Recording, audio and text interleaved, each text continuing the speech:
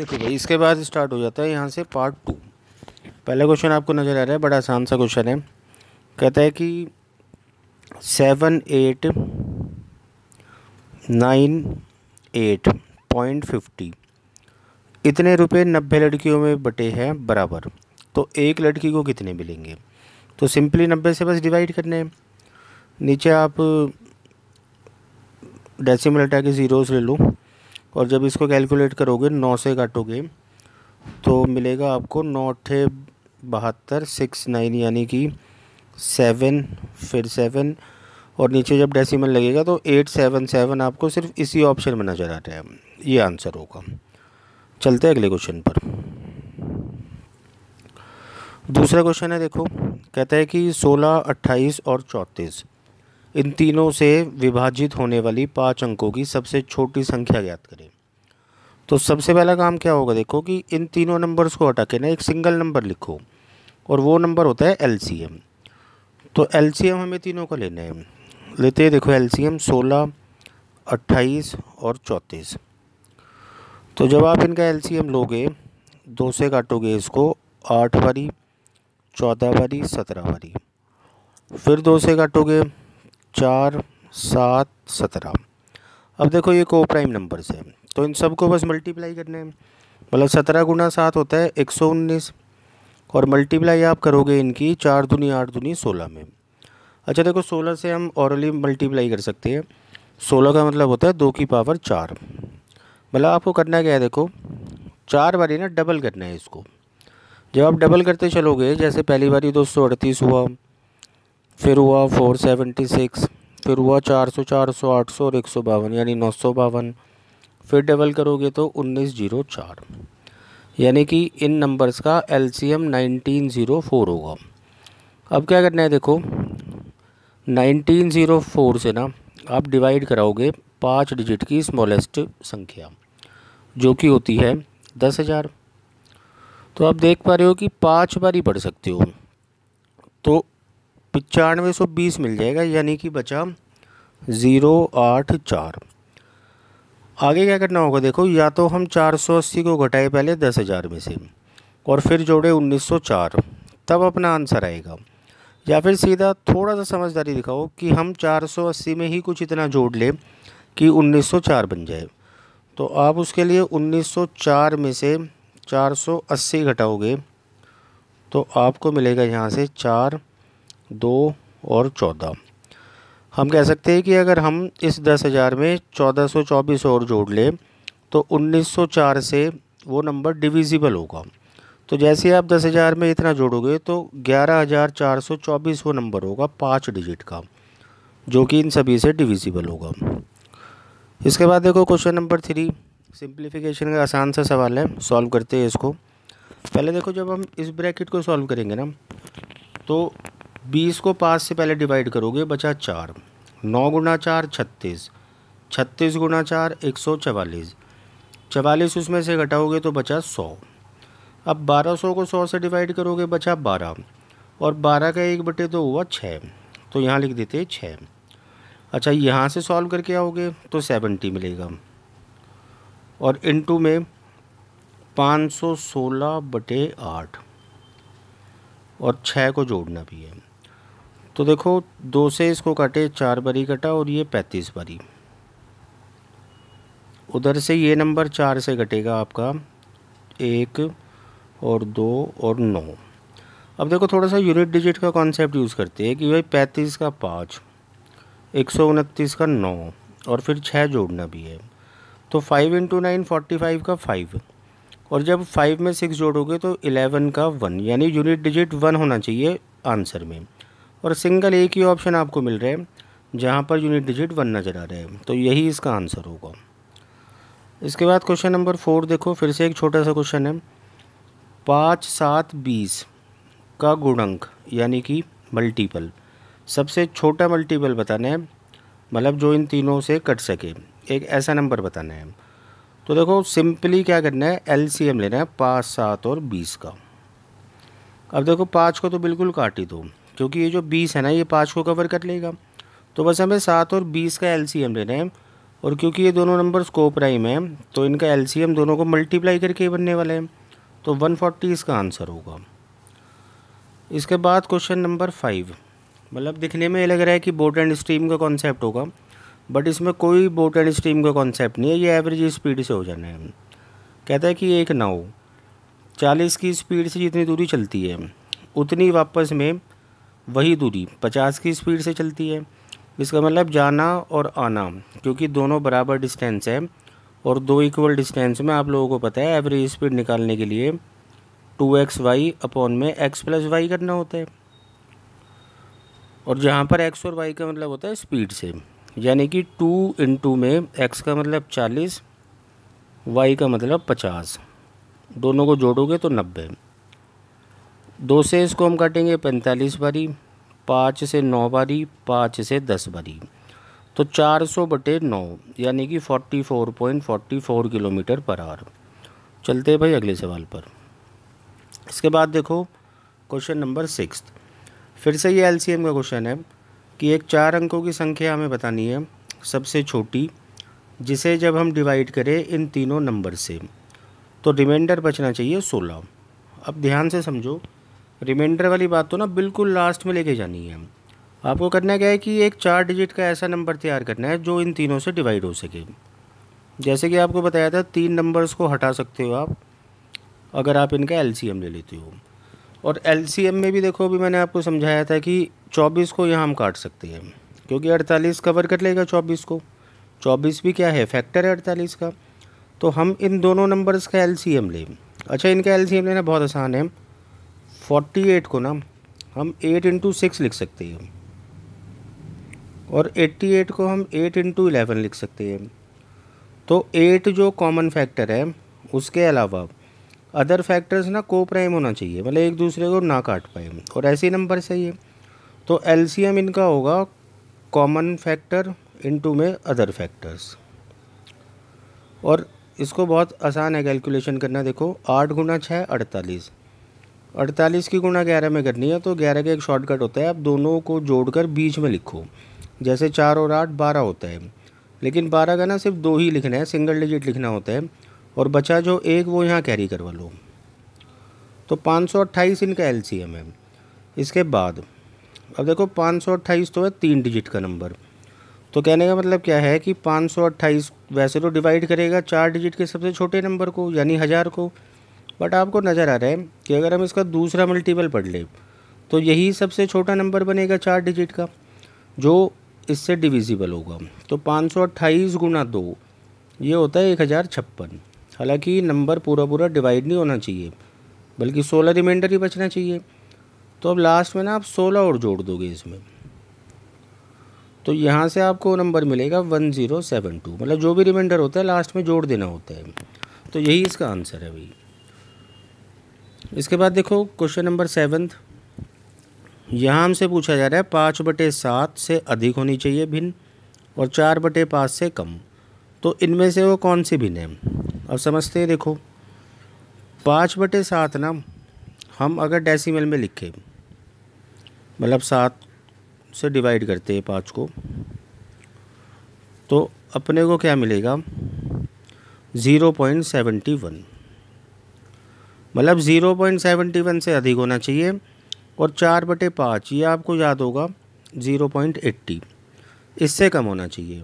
तो आप एक एक करके चेक कर सकते हो। 1/2 आपको पता है 0.50 होता है, नहीं आ रहा है इस रेंज में। 1/3 आपको पता है 33.33% होता है, ये भी नहीं आ रहा है इस रेंज में। 7/8 जो होता है वो होता है 0.875, ये भी नहीं आ रहा। 3/4 होता है 0.75, यही आंसर होगा क्योंकि इस रेंज में आ रहा है ये। और ये सब चीज़ें देखो कुछ नहीं है, जिस बच्चे ने परसेंटेज पढ़ा है फ्रैक्शन से तो उसको याद होगी। इसके बाद आ जाते हैं देखो क्वेश्चन नंबर 8 पर। टाइम एंड वर्क का क्वेश्चन है। कहता है बी किसी काम को 36 दिनों में कर सकता है। अच्छा, थोड़ा सा आगे चल के पढ़ेंगे ना तो ए का भी डाटा दे रखा है। ए उस काम को 44 दिन में कर सकता है। तो आगे सवाल को पढ़ने से पहले जैसे कि आपको पता है टोटल वर्क बनाना होता है इनके एलसीएम से। अब देखो ये भी थोड़े से बड़े नंबर हो गए, तो इनका एलसीएम लेने के लिए अभी मैंने आपको बताया था कि 36 और 44 दोनों 4 के मल्टीपल है, 4 गुना 9 और 4 गुना 11। और कॉमन फैक्टर को हटा दे तो 9 और 11 जो अदर फैक्टर्स है, देखो यहाँ पर भी को प्राइम है, तो एलसीएम इनका बनेगा 4 इंटू 9 इंटू 11, जिसको मल्टीप्लाई करना फिर से आसान है, 9 इंटू 4 36। और अभी मैंने आपको बताया था कि 11 से मल्टीप्लाई करना है तो सम बीच में लिख देते हैं, 3 और 6 9।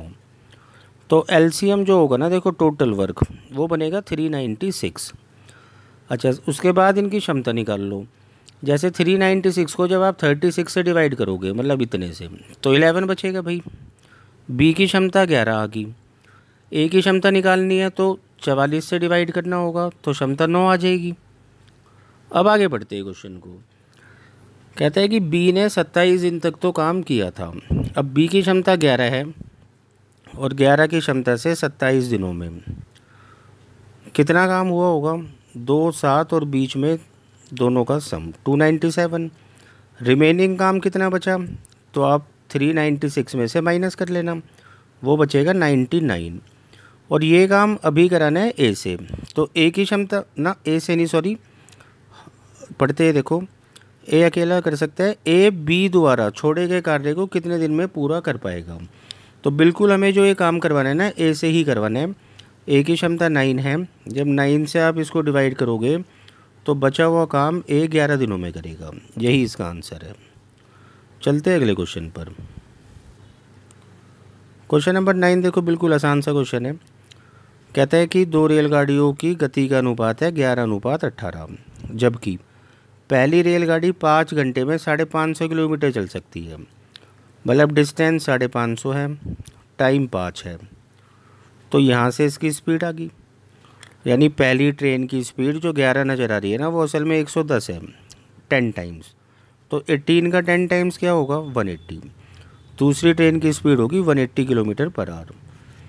इसके बाद देखो भाई, मेंसुरेशन का अच्छा क्वेश्चन है ये, समझते हैं इसको। इधर इसने बोला है कि एक कुंड की क्षमता 4000 लीटर है। देखो कुंड का मतलब मैं समझा देता हूँ यहाँ पर, आपको डायग्राम बना के कोशिश करता हूँ समझ पाओ आप। कोई देखो इस तरीके से कुंड होगा,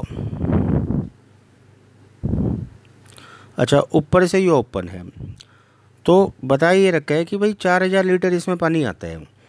अब देखो आपको एक चीज़ छोटी सी क्या ध्यान रखनी है कि 1000 मीटर क्यूब, सॉरी मतलब 1000 लीटर बराबर होता है 1 मीटर क्यूब के। मान लो आप किसी सॉलिड का वॉल्यूम निकाल रहे हो और वॉल्यूम 1 मीटर क्यूब आ जाए, तो समझ जाना उसमें लिक्विड जो आ सकता है ना, वो 1000 लीटर आ सकता है। अच्छा, इस कुंड में कितना आ रहा है लीटर, मतलब क्षमता कितनी बता रखी है? 4000 लीटर। तो इसका मतलब क्या हुआ, इस कुंड का जो वॉल्यूम मीटर में होगा ना, वो 4 मीटर क्यूब होगा। इतनी बात आप समझ पा रहे हो। अब दूसरी बात देखो, यहाँ पर बता रखा है कि ये जो साइड की दीवारें हैं, देखो बता रखा है कि ये जो दीवारें हैं ना, ये साइड वाली दीवारें, ये तो ये दीवारें जो है 10 सेंटीमीटर मोटाई की है। तो इनकी मोटाई से देखो फ़र्क क्या पड़ेगा कि जो पानी बिल्कुल लास्ट तक आ सकता था, वो अब लास्ट तक ना आके यहाँ तक आएगा। कहने का मतलब है इससे फ़र्क पड़ेगा लंबाई पे और चौड़ाई पे, और साथ के साथ ऊंचाई पे भी पड़ेगा। अब ध्यान से समझते देखो, इसकी लंबाई चौड़ाई ऊंचाई, जैसे कि आपको पता है कि भाई वॉल्यूम जो निकलता है ना, वो LBH से निकलता है, और तीनों में दे भी रखी है 2.2, 2.2, 1.5।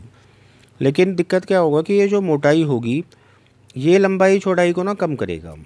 अच्छा, कितना कम करेगा? जितनी उसकी मोटाई है।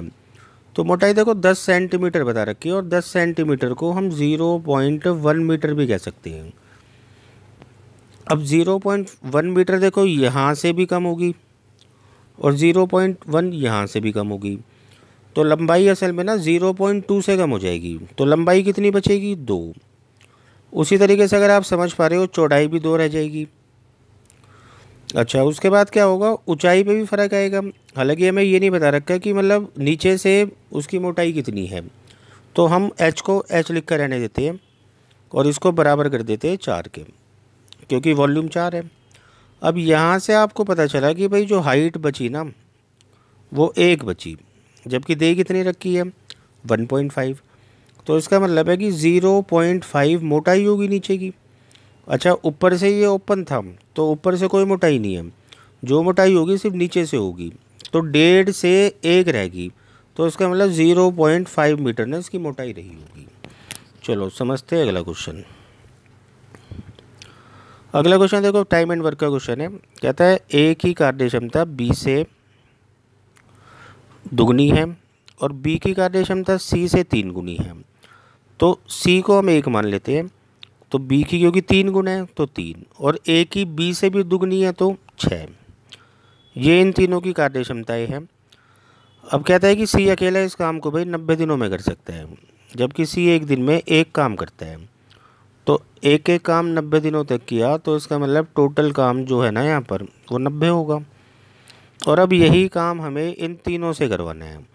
तो जब 90 काम ये तीनों करेंगे तो तीनों की क्षमता 6 और 3 9 और 1 10 होगी। तो भाई ये 9 दिन लेंगे, यही हमसे पूछा है। चलते हैं अगले सवाल पर। क्वेश्चन नंबर 12 आप देख पा रहे हो, बहुत आसान सा क्वेश्चन है। मतलब 30 को जब आप डिवाइड करोगे ना 6 से तो 5 मिलेगा, और 40 में से 5 गया 35, उधर से 15 गुना 3 45, तो दोनों को जोड़ोगे तो 80 आंसर होगा।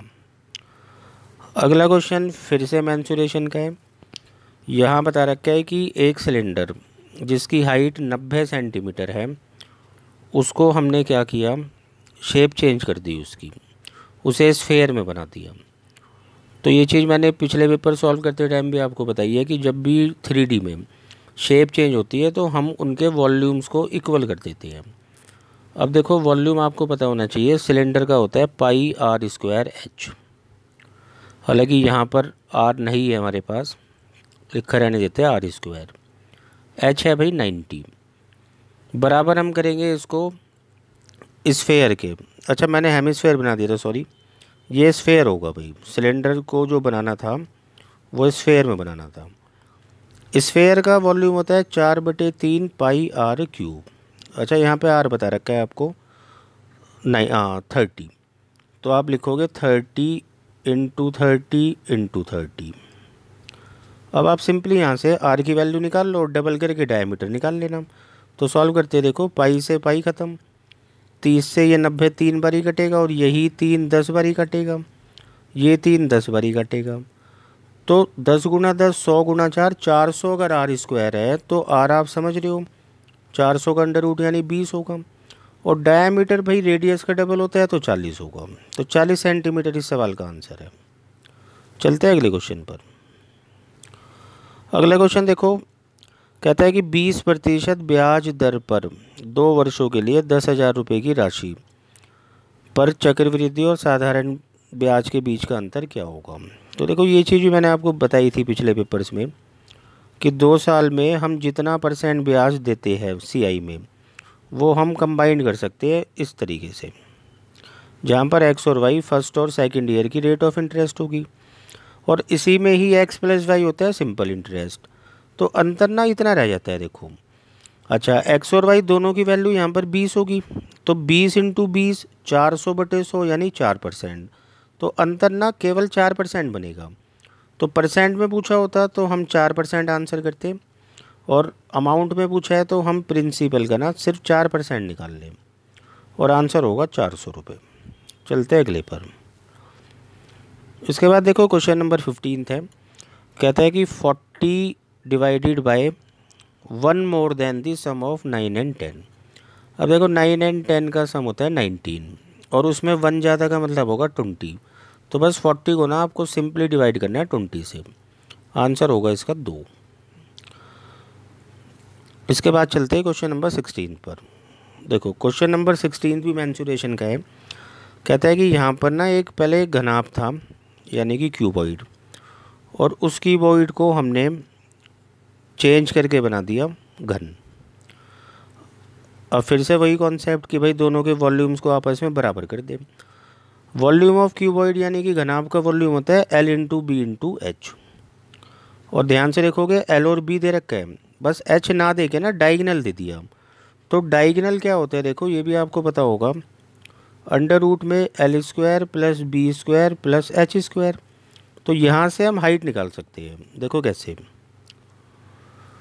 जैसे कि under root of L square, L का मतलब 48 square plus 18 square plus H square, और इसको हम बराबर कर दें डाइगनल के, यानी कि 2 इंटू में अंडर रूट 658। अब देखो कैलकुलेट कैसे करना है, दोनों तरफ आप स्क्वायरिंग कर दो तो ये रूट ख़त्म हो जाएगा, और यहाँ 48 का स्क्वायर होता है 2304, ये याद होना चाहिए आपको। 18 का स्क्वायर होता है 324 प्लस एच स्क्वायर। अच्छा, इस तरफ क्या बनेगा, 658 का तो रूट ख़त्म हो जाएगा, और 2 का स्क्वायर होता है 4। जब 658 की मल्टीप्लाई आप करोगे 4 में तो आपको मिलेगा 8 चौक 32 का 2, और 4 इंटू 5 23, और 4 इंटू 6 24 और 26, यानी 2632। अच्छा, इधर से आप कैलकुलेट करोगे तो ये कितना बन रहा है, 2628। तो 2628 को जब यहाँ लेकर आओगे तो एच स्क्वायर बराबर ना 4 हो जाएगा, या फिर एच बराबर 2 हो जाएगा। तो हाइट तो हम निकाल सकते हैं देखो ऐसे। अब क्या करना है, वॉल्यूम्स को इक्वल। तो देखो वॉल्यूम ऑफ क्यूबॉइड यानी कि घनाभ का जो आयतन होगा वो 48 गुना 18 गुना 2 होगा, और ये बराबर ए क्यूब के है, और ए की वैल्यू हमें निकालनी है। तो बस आप इसको कैलकुलेट कर लो। आप देखो 48 को आप लिख सकते हो 8 इंटू 6, 18 को आप लिख सकते हो 6 इंटू 3, और इंटू में 2। अब ध्यान से देखो 8 का क्यूब रूट आपको पता है 2, और ये बन रहा है देखो 6 गुना 6 गुना 6, तो इसका क्यूब रूट 6 ही होगा। तो यहाँ पर ए हमसे पूछा जा रहा है, तो 12 अपना आंसर होगा। इसके बाद चलते हैं देखो अगले क्वेश्चन नंबर 4 पर, मतलब 17 पर। एवरेज स्पीड यहाँ पूछी जा रही है, और एवरेज स्पीड आपको अच्छे से पता है कैसे निकालते हैं, total distance upon total time. तो टोटल डिस्टेंस देखो आपको दे रखे 40 हुआ, 260 हुआ और 150। इनको जोड़ोगे तो मिल रहा है 260 और 40 300 450 डिवाइडेड बाय टोटल टाइम। अच्छा, टोटल टाइम 4 घंटे 4 घंटे 2 घंटे यानी 10 घंटे। बस ये स्पीड ना किलोमीटर पर आवर में, और इसको हमें मीटर पर सेकंड में लेके जानी है, तो 5/18 से और मल्टीप्लाई कर देना। तो जब आप इसको कैलकुलेट करोगे तो ये आपको मिल जाएगा, मतलब कैलकुलेट कर लेना, 12.5 मीटर पर सेकंड इसका आंसर हो जाएगा। इसके बाद चलते हैं देखो क्वेश्चन नंबर 18 में। क्वेश्चन नंबर 18 में आपको नज़र आ रही है 2 लीनियर इक्वेशन, इसको भाई सॉल्व भी करना होगा। बाकी आप 2 इक्वेशन को लिखो, फिर उनमें से एक्स या वाई में से एक को सेम बनाने के लिए काम करो। तो थोड़ा सा ना लिख के, मतलब कम लिख के काम करना है। देखो कैसे, आप शुरुआत में ये देखो कि भाई किस वेरिएबल को आपको सेम बनाना है। जैसे मान लो कि आप सेम बनाना चाहते हो वाई को, तो आप समझ रहे हो कि पहली इक्वेशन तो ठीक लिखी है, मतलब वहाँ तो 12 बन रखा है वाई, लेकिन ये जो नीचे दूसरी वाली इक्वेशन है इसको 12 बनाने के लिए ना पूरी इक्वेशन को 4 से मल्टीप्लाई करना होगा। तो हम लिखेंगे 28x प्लस 12y, और 999 को 4 से मल्टीप्लाई करना है, तो आप 4000 मान लो, मतलब 1000 इंटू 4 कर लो, और 4 उसमें से घटा लो, तो ये 3996 होगा। तो यहाँ से देखो हमें ना 23x की वैल्यू मिल जाएगी, और ये वैल्यू होगी कितनी, तो जब आप 3996 में से 960 घटाओगे तो ये वैल्यू आपको मिलेगी 6 3 0 और 3। तो बस 23 जब इसको काटेगा, 23 एक कम 23 बचा 73, 3 टाइम्स में 69 और 2। एक्स की वैल्यू 132 मिल रही है, और वाई की वैल्यू आपको कैलकुलेट करने की ज़रूरत नहीं है, क्योंकि सिंगल ऑप्शन है जहाँ एक्स 132 है। चलते हैं अगले क्वेश्चन पर। देखो इसके बाद क्वेश्चन नंबर 19 सिंप्लीफिकेशन का क्वेश्चन है, इसको आप कैलकुलेट कर सकते हो आसानी से। 66 को जब 3 से डिवाइड करोगे ना तो 22 बचा, 22 में आप जोड़ोगे 24 तो 46 हो गया। अब 46 में से 2 घटाओगे तो 44 हो गया, फिर 44 को 11 से डिवाइड करोगे तो 4 हो गया। अच्छा, उससे पहले 76 को 2 से डिवाइड करोगे तो 38 हो गया। इधर सॉल्व करोगे तो 99 इंटू 4 यानी कि 396 और उससे पहले है 20।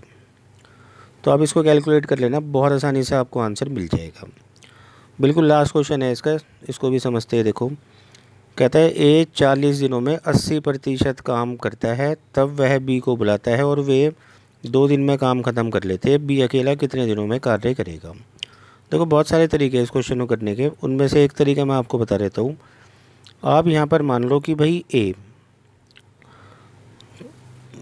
अगर जो 80% जिसको हम 4/5 कह सकते हैं, इतना काम करने में 40 दिन ले रहे हैं, तो एक कंप्लीट काम जिसको हम 1 बोलते हैं उसको करने में कितना टाइम लेगा। तो ये जो 4/5 है ना, इधर आकर 5/4 हो जाएगा और 50 हो जाएगा। यानी कि ए काम को कर सकता है 50 दिनों में। और आप करो क्या कि टोटल वर्क भी 50 ही मान लो, और यहाँ से एक ही कार्य क्षमता एक आ गई। अब ए जो है ना, देखो वो 40 दिन तक काम करता है, तो 40 दिनों में ए काम 40 ही करेगा। उसके बाद कितना काम बचा, 10। अब ये 10 काम ना उसने ए को भी बुला कर किया, मतलब दोनों ने किया और 2 दिन में ख़त्म कर दिया। तो इसका मतलब है दोनों की क्षमता मिलाकर 5 होगी, जिसमें से ए की 1 है। तो फिर बी की कितनी होगी, आप बोलोगे 4। अब आपको बी से ये काम करवाना है, टोटल काम 50 है और बी की क्षमता 4 है, तो 12.5 दिन में ये काम पूरा होगा। और इसी के साथ भाई ये पेपर भी हमारा पूरा हो गया। बाकी मिलते हैं अगले पेपर में, और इस पेपर को आज आप कंप्लीट करो। चलो, थैंक यू।